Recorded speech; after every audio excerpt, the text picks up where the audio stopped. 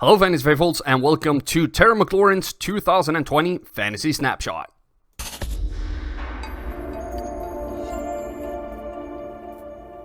Off the play fake, Keenum with time, goes to the end zone. McLaurin for a touchdown. What an unbelievable... In 2020, the Washington team and Terry McLaurin will be facing a group of teams that last year gave up 550 fantasy points to wide receivers in PPR, 9th most in the NFL, with 13.1 yards per reception and 15 touchdowns on average.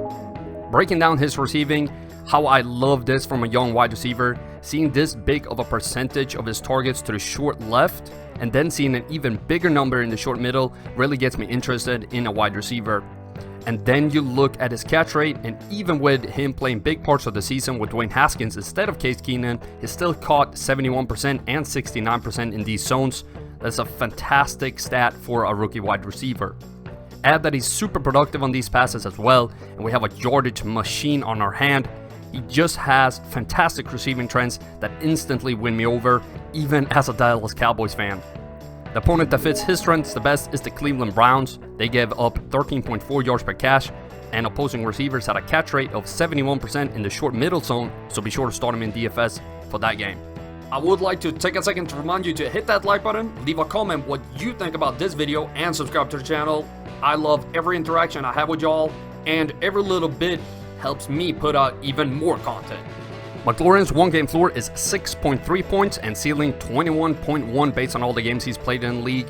This ranks as the 14th highest floor and 29th highest ceiling for wide receivers in PPR. And the likeliness of him scoring above that ceiling and booming is decent at 1.9, while his bust risk below the floor is low at 1.4. This indicates very stable scoring, and you won't be sad every other week when starting him. His touchdown rate last year was 7.5%, 24th highest in the league.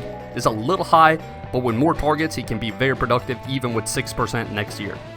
Based on my market share study, I have him projected for 120 targets and for 97 receptions in 2020, based on the fact that Dwayne Haskins will be his quarterback all year. Terry McLaurin had very high highs and very low lows, which is not uncommon for a wide receiver.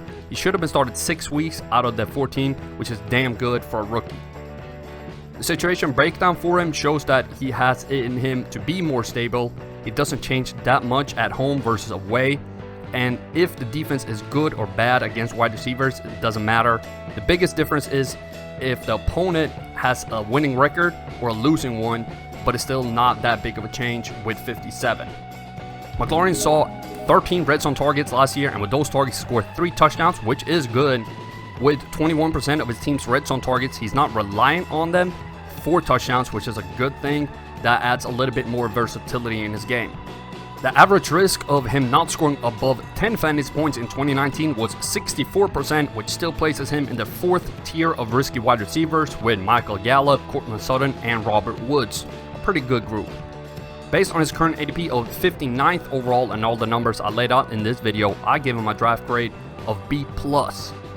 So in conclusion, the lack of competition in combination with a high floor, fantastic receiving trends, and a bad team that will be forced to throw is a perfect situation for a wide receiver.